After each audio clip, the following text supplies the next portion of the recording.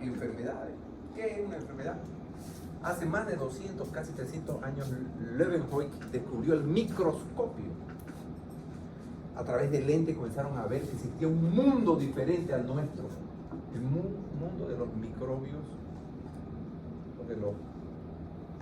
de las vidas microscópicas. No se sabía. Se comenzó a estudiar. Y ahí viene Lister, Pasteur, ¿no? Con sus teorías de la proliferación de las bacterias. Y ahí vino la microbiología, la biología y el conocimiento de los estados mórbidos. O sea que las personas se enfermaban a partir de gérmenes, microbios que se proliferaban, se reproducían y llegaban a dominar. Escuchen esta palabra, dominar.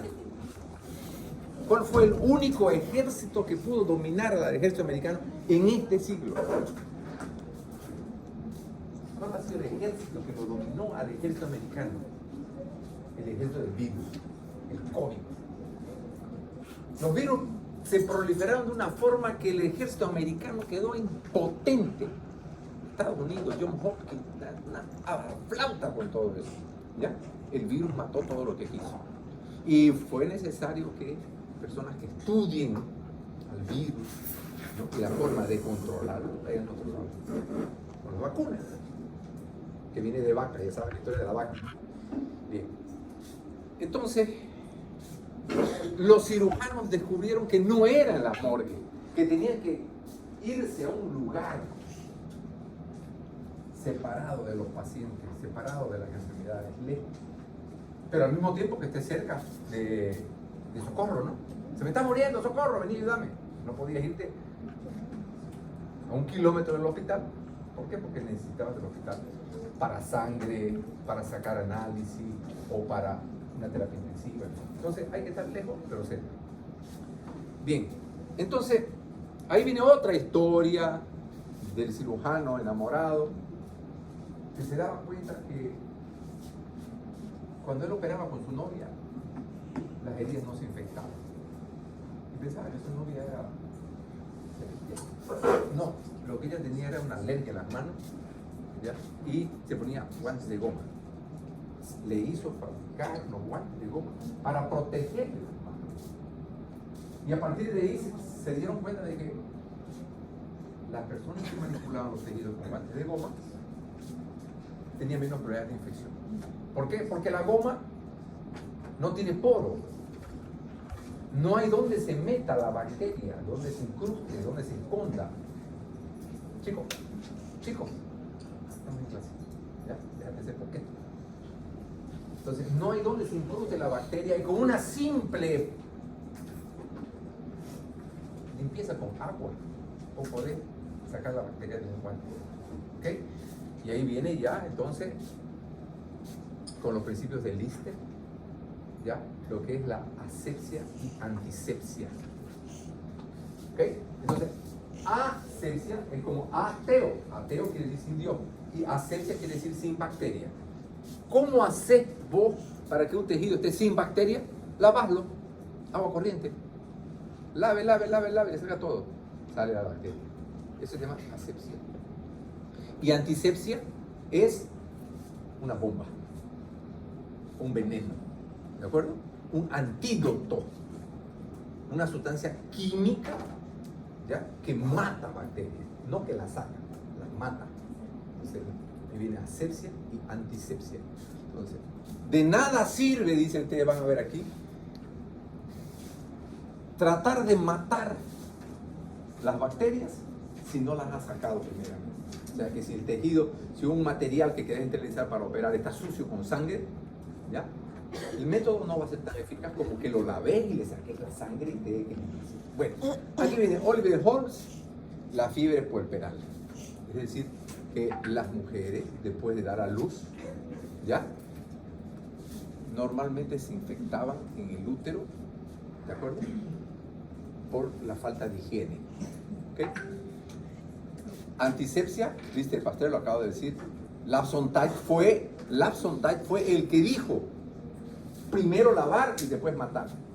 ¿Ya? Saquemos la bacteria y después matemos. Es decir, no querramos competir con 1 gramo de antibiótico o de antiséptico con medio kilo de pus. No, saquemos el medio kilo de pus, limpiemos, lavemos y lo poco que quede, niñas, chicas, por favor, respeto.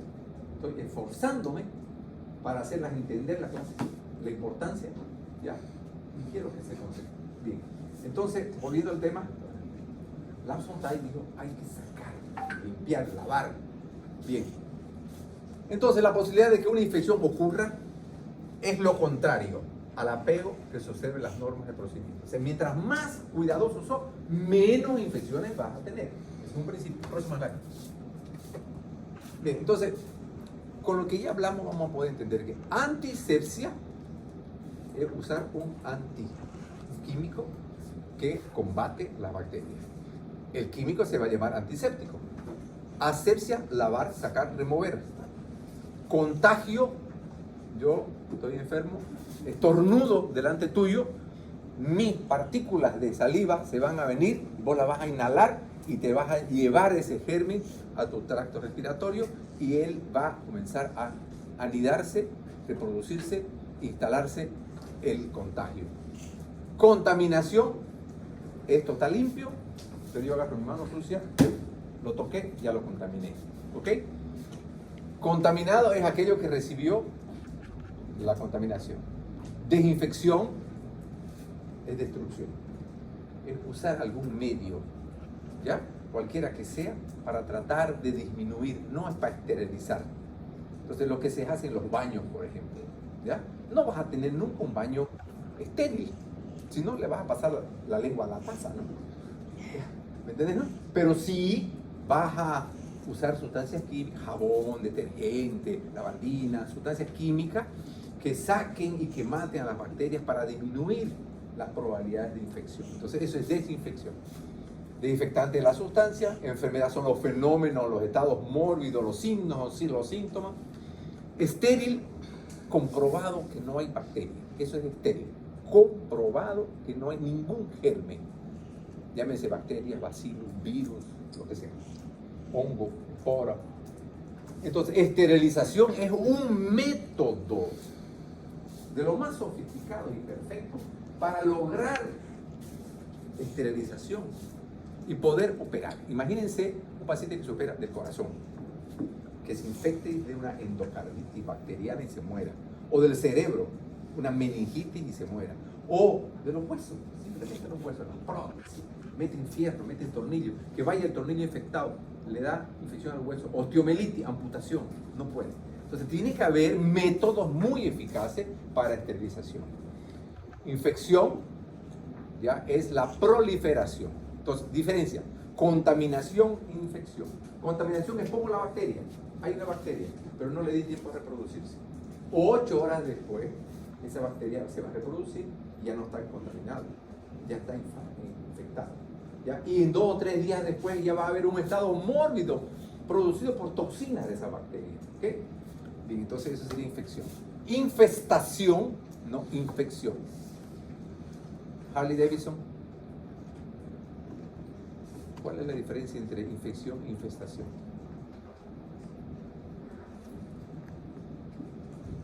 Ya, deja de jugar con tu celular, déjalo eso cuando estés en tu casa, ya, ahí tenés la tela para todo el resto del día. Aquí, presta atención. Infección es cuando es por bacteria y infestación es cuando es parásito. El parásito no es un germen, no es una célula. El parásito es un ser viviente que tiene boca, tiene intestino, tiene toda la estructura. ¿Okay? Entonces, cuando se habla de infestación es por parásito. Ahora, pasteurización, calentar y enfriar. ¿Qué es lo que hacen con la leche? La pasteurizan, la ponen un tiempo, 30 minutos, si no me equivoco, a calentar a una temperatura no hirviendo, 60 grados por ahí, ¿de acuerdo? Y después que sale, la ponen a enfriar a 10 grados para que las esporas no vivan, ¿de acuerdo? ¿Por qué? Porque a la temperatura de 60 grados, 67 grados, una temperatura que no te va a destruir el alimento, no te lo va a desnaturalizar el alimento, ¿de acuerdo? Como por ejemplo, la lechuga, es una hojita que tiene humedad. Ponerle al fuego la lechuga, la humedad se va al techo, se llama vapor. ¿Y qué es lo que come? Fibra muerta, inútil, ¿de acuerdo? Entonces, el fuego puede desnaturalizar el alimento. En la leche se puede desnaturalizar la proteína de la leche y vos vas a estar tomando solamente agua blanca. Entonces, pero con temperatura de 67 grados, vas a matar las bacterias, pero no sus esporas. Entonces, para que las esporas no vivan, al enfriar la leche, la metes a 10 grados de temperatura y la mantienes fría. Esa es la pasteurización. Diferente de lo que es la tindalización. Tindalización es cada 24 horas.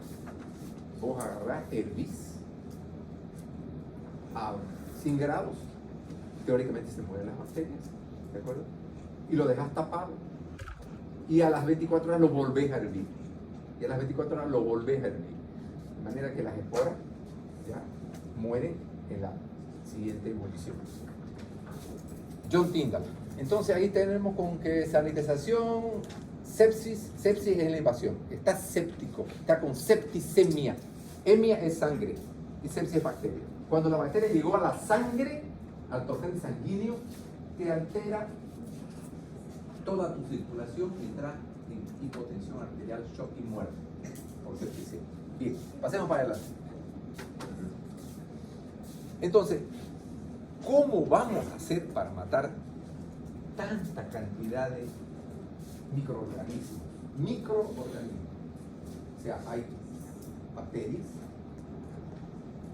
hay bacteroides, hay bacilos, hay aeróbicos, hay anaeróbicos, hay bacteroides, hay hongos, hay levadura, hay esporos, hay virus.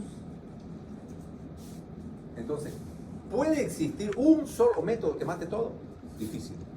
¿De acuerdo? Entonces, el especialista, de acuerdo a qué es lo que va a esterilizar, va a tener que buscar un método para ser más eficaz y comprobar el resultado de lo que hizo. No es nomás como los tatuadores.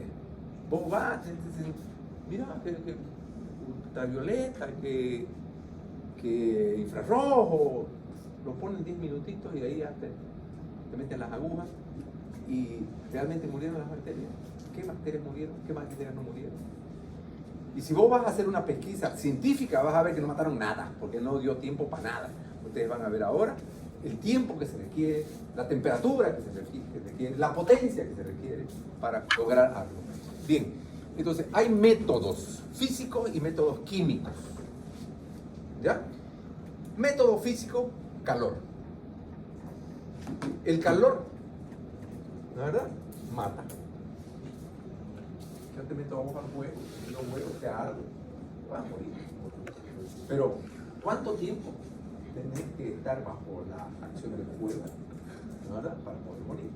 Entonces, el calor puede ser seco y puede ser húmedo. Calor seco.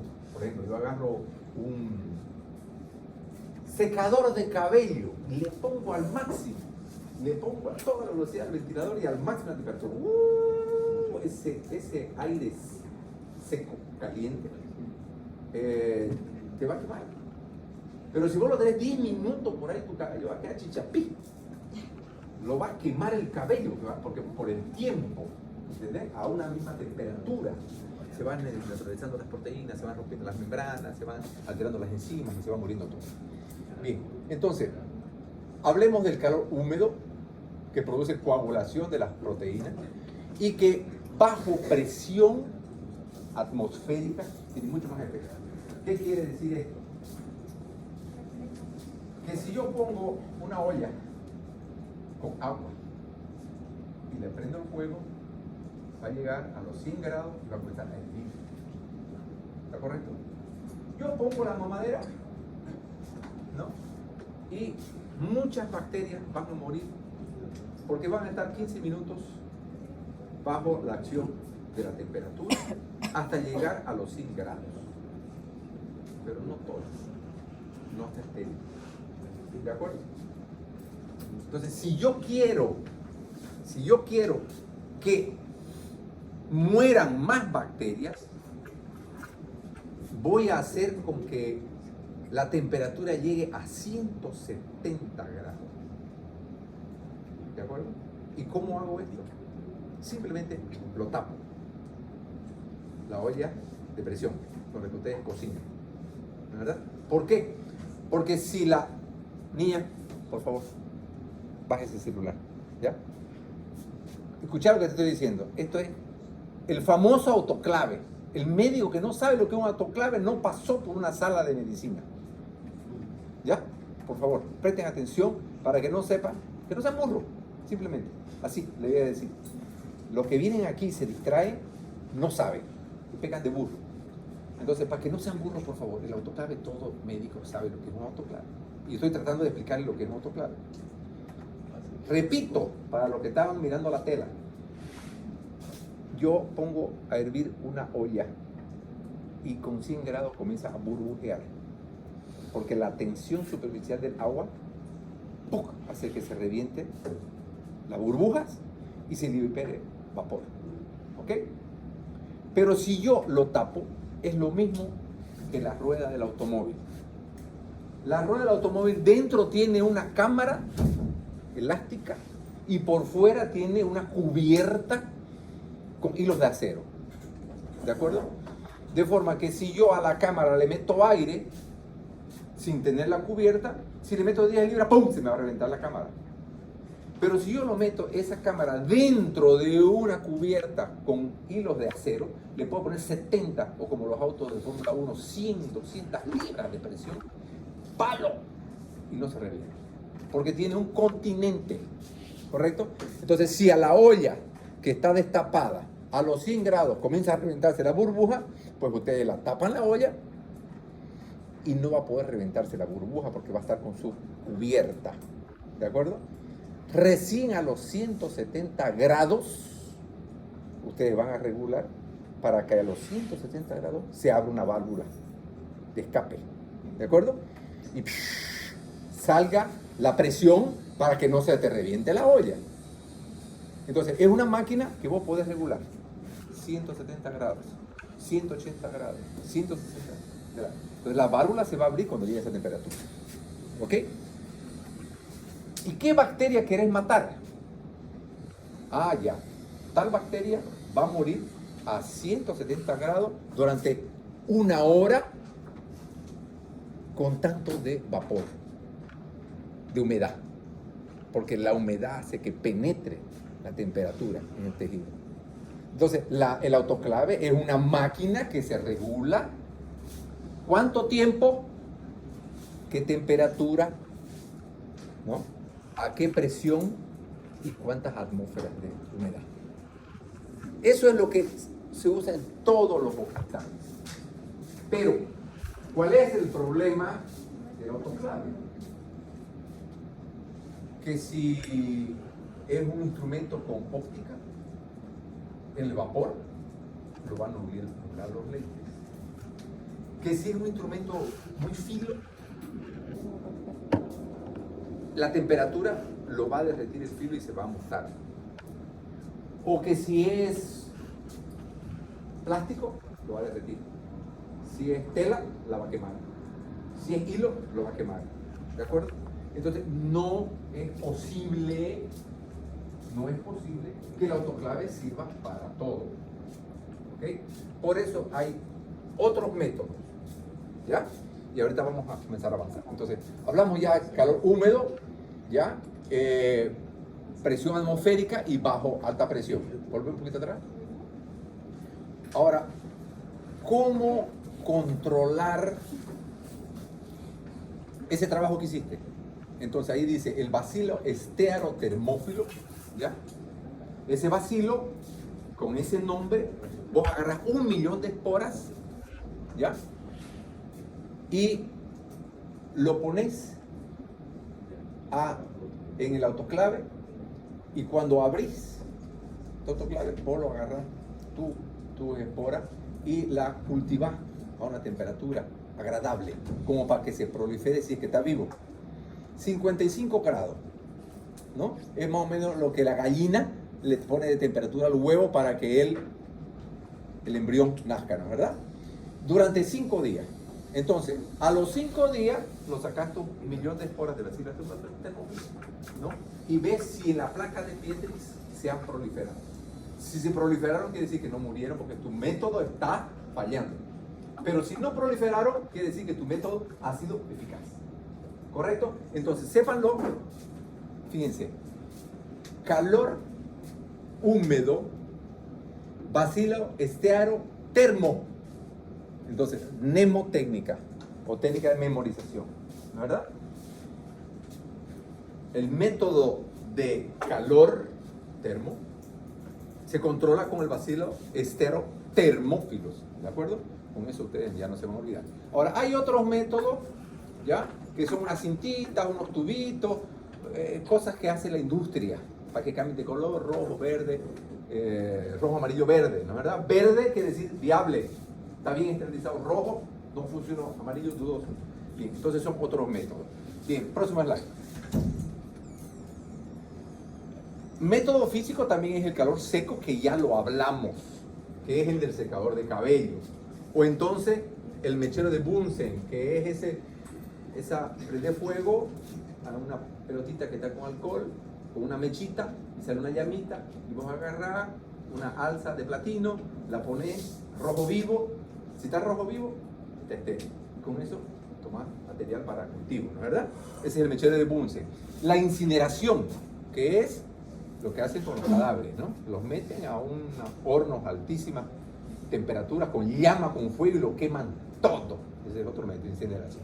Y el aire caliente, que es el aire del secador de cabello, pero, ojo, 180 grados en una hora. ¿De acuerdo? Una hora con tu secador de cabello ahí, marcando 180 grados para que quede estéril.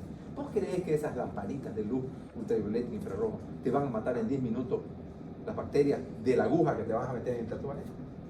Cuidado con la hepatitis.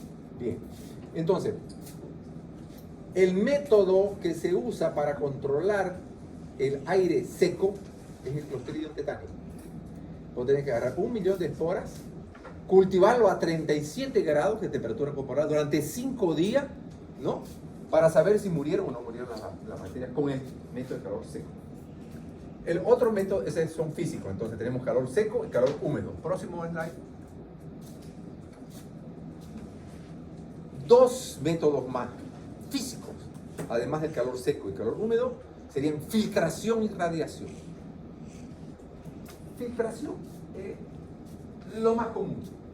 Acuérdense ustedes que en muchas casas todavía hay, y antiguamente se usaba mucho, unos botellones de cerámica que tenían dos cuerpos, ¿no verdad? Abajo con un grifo y el de arriba donde se ponía el agua. Se ponía el agua arriba y en la base del compartimiento superior había una vela blanca, es decir, un cilindro blanco. ¿De acuerdo? El agua que ustedes colocaban arriba filtraba por la vela blanca, por el cilindro blanco, filtraba, porque ese cilindro es de fibras de atomácea, compactada con toneladas de presión, de forma que el agua pasa, pero necesita tiempo para pasar por canalicos microscópicos donde los parásitos se van a quedar.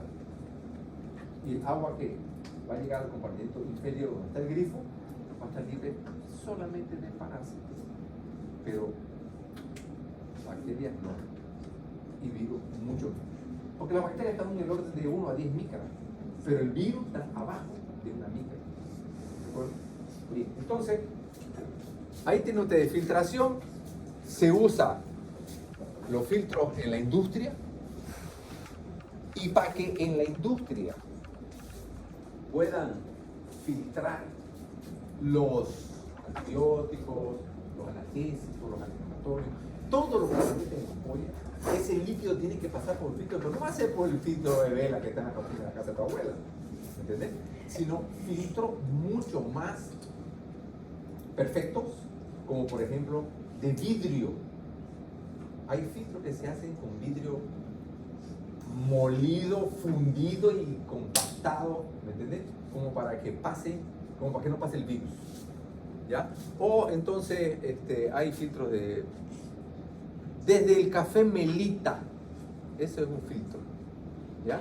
Es una celulosa que tiene una porosidad por donde pasa el agua con el pigmento de la fruta, pero no pasa el molido del café, ¿no es verdad? Entonces ahí está la filtración. Además se puede utilizar flujos también de agua y presiones negativas para lograr que pase el producto a través del filtro, ¿de acuerdo? Entonces industria de vidrio 400 milímetros de mercurio de presión,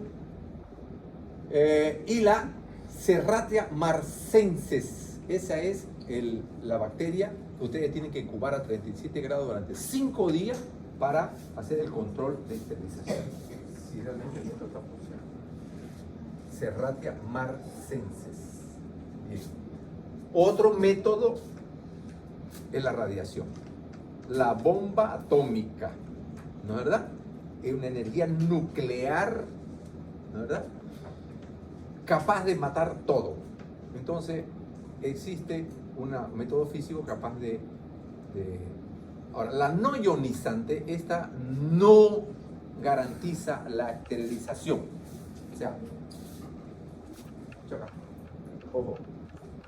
El método de radiación no ionizante, es decir, no la bomba atómica, ya que esa es ionizante. La no ionizante, ese no garantiza esterilización. Es papelquero, para que no te dé sangre. ¿De acuerdo? Entonces, ahí tienen ustedes el infrarrojo, que si vos lo pones a 190 grados durante 10 minutos, te va a matar algunas bacterias. ¿De acuerdo? O la ultravioleta, esta sí es un poco más eficaz, ¿ya? Porque esa te quema la piel. O sea, si vos te pones a la radiación ultravioleta a las 1 de la tarde bajo sol, ¿no? Se va a dañar tu retina, ¿no es verdad? Y vas a tener quemaduras en la piel. O sea que es más eficaz que la simple infrarrojo, ¿ya? La ultravioleta. Y la ultravioleta se usa mucho para una sala. ¿Por qué? Porque la luz ultravioleta mata las bacterias del aire, del ambiente. Porque ustedes están inhalando, exhalando, moviéndose, su ropa está desprendiendo pelusa, al caminar, ¡pum!, hacen así, levanta polvo. Entonces, todo eso son gérmenes que están en el aire y esos gérmenes pueden morir si la cierran la sala, la prenden la luz ultravioleta y la dejan encendida durante 4, 5, 6 horas. Entonces, ahí está. Ultravioleta, agua y aire. Mata hongos. ¿Qué quiere decir? Que el aire y el agua también la podés esterilizar con el ultravioleta. ¿De acuerdo? Todos los quirófanos tienen un poquito que de noche, cuando se terminan toda la cirugía, cuando sacan todo el material, limpian todo el quirófano, entonces, ¡pac!, encienden la luz ultravioleta y lo dejan por la noche el quirófano, para que a la mañana siguiente, cuando comiencen la cirugía, ese ambiente teóricamente esté. Bien, entonces, y ahora hablamos de la ionizante, que esa sí es los rayos gamma, la radiación electrónica, ¿ya? Que destruye el DNA de las bacterias, y esto se usa en la industria, ¿ya? Porque es pues energía nuclear, ¿verdad? No es en cualquier parte ni cualquier persona, ni siquiera en los hospitales, es en la industria que usa la radiación ionizante. Tiene que ser en centros especializados con búnker, ¿no? Para evitar que la radiación haga daño a otras personas. Próximo slide. Bueno, ahora vamos a hablar de métodos químicos. Gas.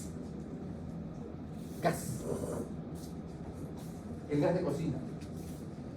Como inhala, explota, si hay una chispa. Pero si no hay chispa, inhala, el gas te puede. ¿Y cuál es el gas que nosotros más conocemos? El formol. Porque el formol es lo que nosotros utilizamos para que los cadáveres no se pudran.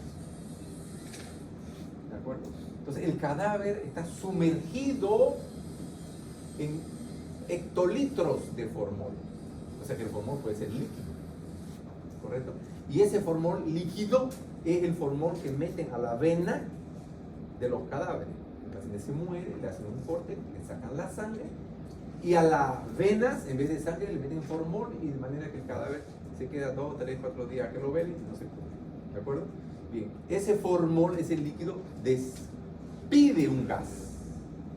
¿De acuerdo? Y ese gas mata las bacterias. Entonces, cuando muere una persona que estaba súper infectada, ya sacan al cadáver, lavan la habitación y lo bañan las paredes y el piso y las mesas y todo con formol en líquido y cierran las puertas, inclusive ponen trapos húmedos por debajo de las puertas para que no haya flujo de aire, ¿ya? Y la sala queda encapsulada con el formol y 24 horas después abren, airean y esa pieza está apta, ¿no? Para un nuevo paciente. ¿Ok? Entonces ese es el método eficaz, antiguo, pero poco rentable, ¿verdad? Cerrar una habitación, cerrar un bloque por 24 horas, ¿no? Es más o menos como que vos tengas un motel y lo ocupes como un 15 días, ¿verdad? Bien, entonces, pero es un gas muy eficaz. Ahora, el óxido de etileno, ¿ya? Es por el momento el método más moderno y más eficaz de esterilización. Es muy tóxico, ¿ya? Por eso no se debe usar indiscriminadamente, pero sí es lo que te permite todo lo que ustedes compran estéril en sobrecitos sellados. Pues ¿de acuerdo? Entonces, ¿qué es lo que pasa? Que el etileno no tiene temperatura, porque es un gas. Entonces, vos podés usar plástico, goma, lentes, hules, hilo, tela, papel, lo que te dé la gana. Y podés ponerlo en sobrecitos individuales. ¿Ok? Y eso va a la cámara de óxido de etileno y sale estéril. Y mira que no lo rompes el plástico, el envoltorio está estéril. Te dura 2 o 3 semanas. ¿De acuerdo? Bien, entonces ese es lo que aireador, lente, filo, hule, plástico, papel, Bacilo globii. Ese es el bacilo que vos tenés que utilizar, ese es el nombre del bacilo que tenés que utilizar para hacer el control de la esterilidad y eficaz. Normalmente, temperatura corporal, normalmente 5 días, para ver si está más esterilizado, se va a reproducir. Y lo vas a encontrar a los 5 días cuando saques el bacilo, proliferado. Pero si no proliferó, es porque realmente murió y el método está ineficaz. Ahora, la beta-propiolactona hay en líquido y hay en gaseoso, ¿ya? ¿Y qué es lo que pasa? Que como dijimos que el formol, ¿no? Si bien es muy barato, se vende por galones, pero no es rentable porque necesitas esperar mínimo 10 horas, 24 horas, ¿de acuerdo? Todo cerrado, sin funcionar. Entonces, existe otro método que son las beta-propiolactonas, ¿ya? Que eso se usa en estado líquido y gaseoso. ¿Qué quiere decir? Viene en spray. ¿De acuerdo? Y vos podés, cuando ustedes terminan de embarcar en el avión, ¿verdad? Cuando ya están todos los pasajeros y cerraron la puerta, viene la azafata caminando, apretando un spray, ¿no? Teóricamente para matar mosquitos, pero eso es beta-propiolactona, que también están matando los gérmenes de la vida. ¿De acuerdo? Bien, para no llevar enfermedades de un país a otro país. Eso es norma hoy en día en los aviones. ¿Ya? Pero es muy caro, ¿ya? Porque un tubito de eso, ¿ya? Que es caro, te esteriliza, por decir así, un metro cúbico. Y si tu habitación, si tu quirófano tiene 20 metros cúbicos, necesitas 20 frasquitos. ¿Entendés? Entonces no es rentable. Es caro, no es práctico. Por eso es que casi no se usa. Pero en los aviones sí, porque eso vale, ¿no? Bien, próximo slide. Ahora, dejemos de hablar de gas. Que hablemos de los agentes químicos orgánicos e inorgánicos. ¿De acuerdo? Ya no gas, ¿ya? Sino agentes químicos. sustancias, sean metales, no metales, ¿no? Generalmente los metales y los no metales son inorgánicos, pero hay los orgánicos, como que por ejemplo el alcohol. El alcohol es de la caña de azúcar. La caña de azúcar es una planta que tiene vida, entonces es orgánico, ¿correcto? Bien, entonces alcohol, antiséptico. Todo el mundo decía en la época del COVID, alcohol 70%, ¿verdad? Tiene que tener 70% de alcohol patente de agua para que pueda matar. Y eso que no las mata las bacterias, las fija, las paraliza. Entonces el alcohol es un mal desinfectante, antiséptico. ¿Por qué? Porque el alcohol apenas las fija las bacterias y no las logra matar. Pero se usa el alcohol en las incubadoras, porque hacen pasar un flujo de aire con alcohol durante 4 horas.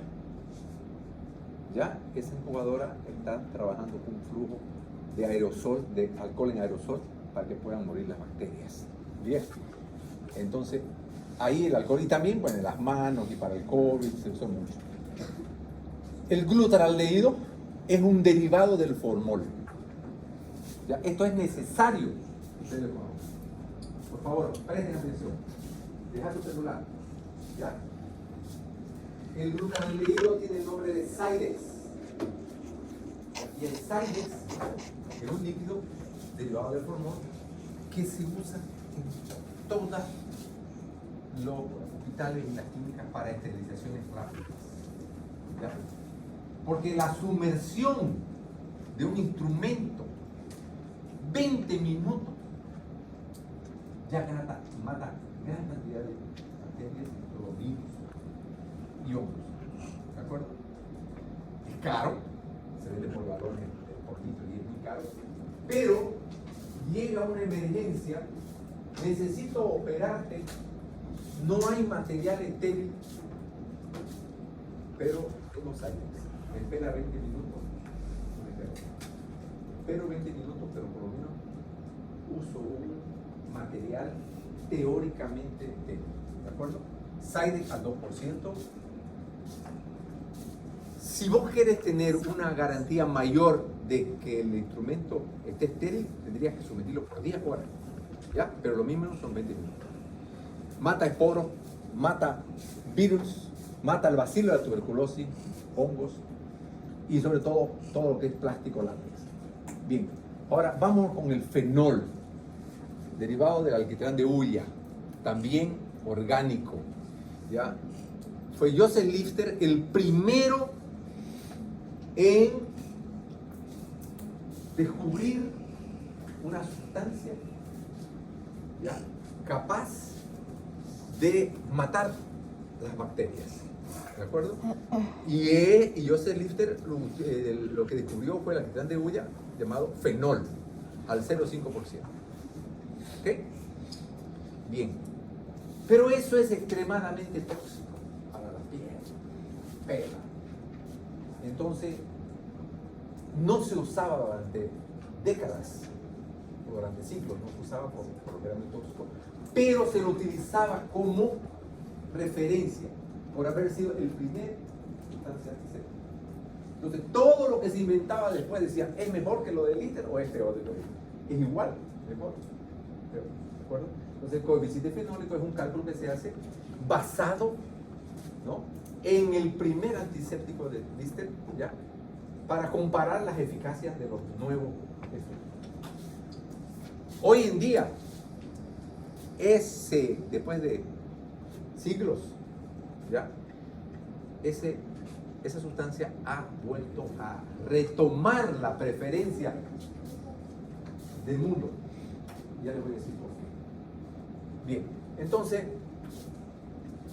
desde las pastillas, hay la clorexidina y el hexaclorofeno, desde pastillas se utilizan para las infecciones de la garganta. Hablemos de ácidos, ¿ya? Entre los agentes químicos orgánicos hablemos de los ácidos. El ácido mandélico. Ácido mandélico, te lo tomas y el estómago lo transforma en formol y orinas formol. Increíble, ¿no?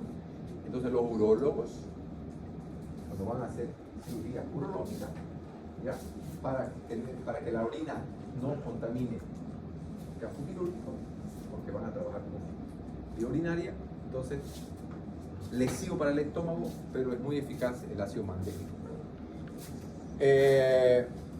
Ahora hablamos también como métodos químicos orgánicos los jabones, los detergentes, sean aniónicos o catiónicos, ¿ya? Sean de sodio, de potasio, todos estos son jabones. Y entre ellos el cloruro de benzalconio. ¿De acuerdo? Entonces van a encontrar ustedes jabones para la piña, para la sarna, para tantos parásitos, ¿ya? Que son jabones hechos a base de azufre, ¿ya? De detergentes aniónicos o catiónicos, entonces del cloruro de benzalconio. Los aceites esenciales, los terpenos y los alcanfores, eso es el mentol y el alcanfor, ¿ya? Esos alcoholes, es una barbaridad, ¿ya? Tienen un poder antiséptico que no es muy eficaz, pero se utilizó durante mucho tiempo y todavía tiene sus indicaciones. Por ejemplo, colorante, anilina, violeta, verde, azul de metileno. Aquí me está faltando uno, nitrofurantoína, furazolidona, nitroquinoleína. Ya, es que el que me falta es el permanganato de potasio porque ese es inorgánico. Ya. Pero violeta de genciana, que le ponen a la boca cuando hay hongos, ¿no es verdad? Azul de malagueta, el azul de metileno que se utiliza sobre todo para pintar trayectos de la fístula, por la azul de metileno se quita el azul. La nitrofurazona, la nitrofurantoína, furazolidona, nitroquinoleína, todas esas son colorantes químicos orgánicos. Próxima slide. Entre los químicos inorgánicos, aquí tenemos nosotros el yodo. El yodo. Cuando yo tuve uso de razón, me hacía una herida y mi abuela venía y era un chillido porque duele. Además, que es muy cáustico, te quema la piel, huele mal, se te cae en tu ropa y te la perfora, te hace un hoyo, el yodo, muy queda ropa, ¿de acuerdo? Pero ese yodo se lo utilizó durante mucho tiempo, a pesar de ser tan instante, hasta que la tecnología, ¿no? En el siglo XX, o sea, el siglo pasado, ¿ya? Logró usar un cosmético junto con el yodo.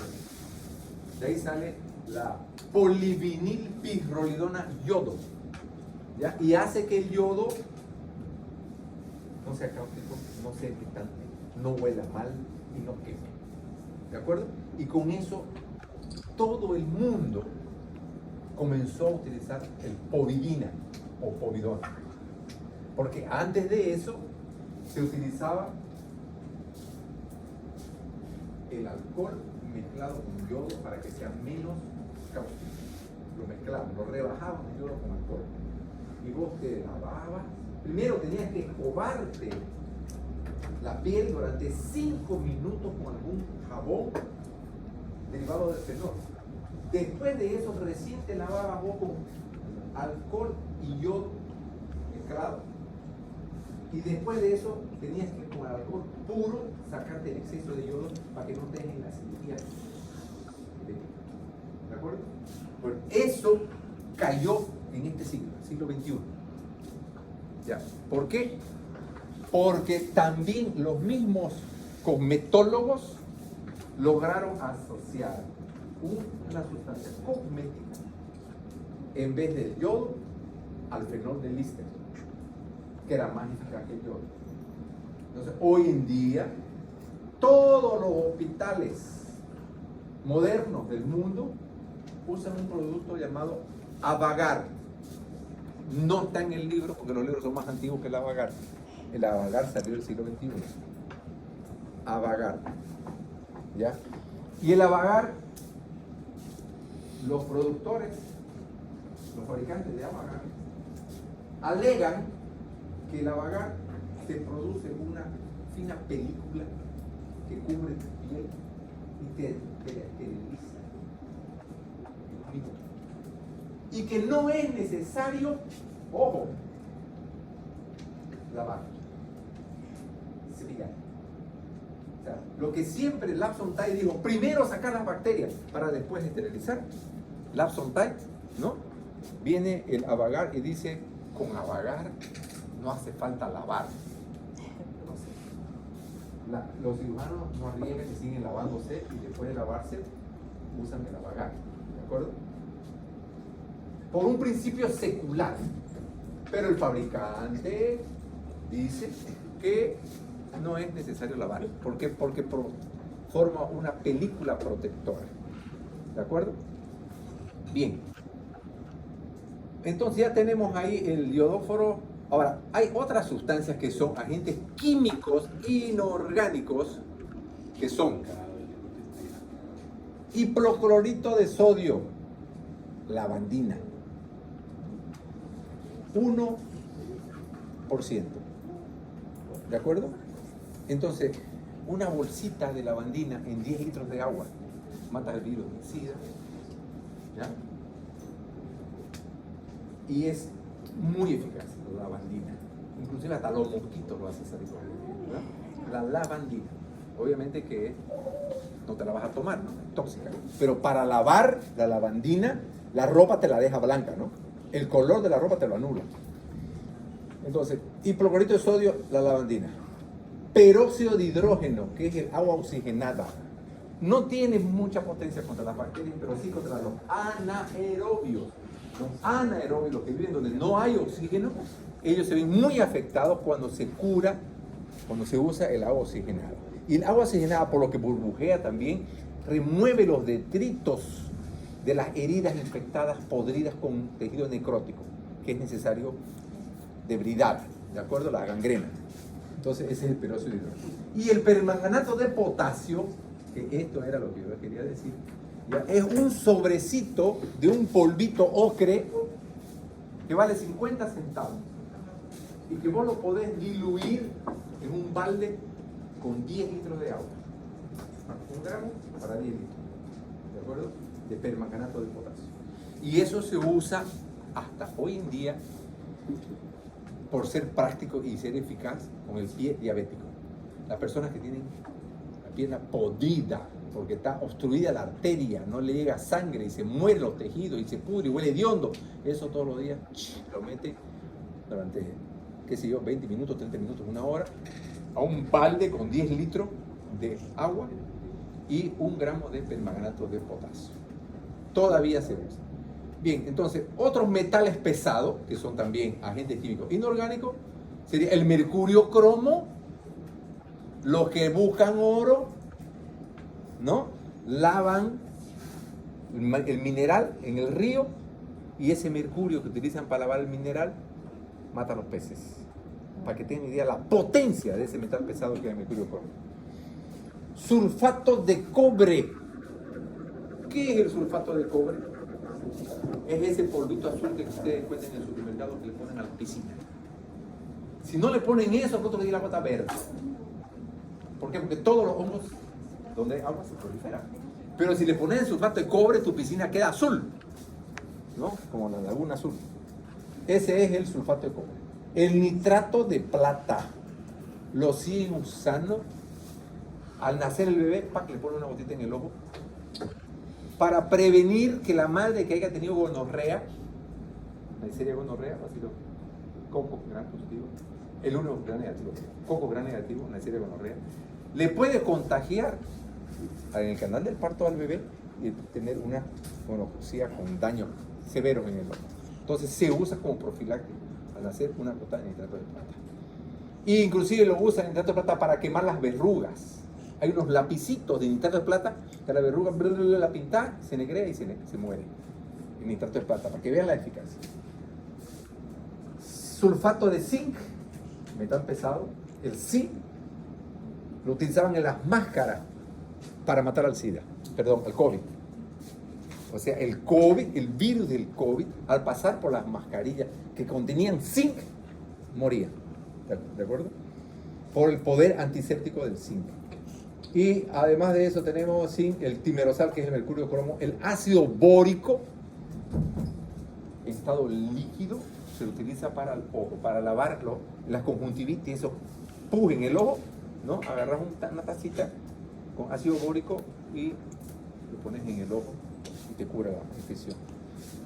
Las úlceras varicosas, la conjuntivitis y sobre todo hay talco con ácido bórico y azufre. Los talcos para los pomos de los pies. Bien, ¿qué quiero terminar con esto?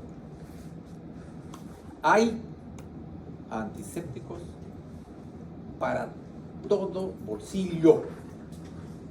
Solamente que aquellos antisépticos más caros, ¿de acuerdo? Son aquellos que pagan una publicidad. No por eso, ¿ya? Y ahí viene la parte de ustedes. Ustedes que han pasado por una sala de aula de una universidad como la Católica, tienen que conocer que con un boliviano ustedes compran un sobrepermanente de potasio. Y tienen que saber que existen muchas sustancias, como por ejemplo los metales pesados y los agentes químicos inorgánicos, que son baratísimos porque no tienen propaganda. Próximo slide.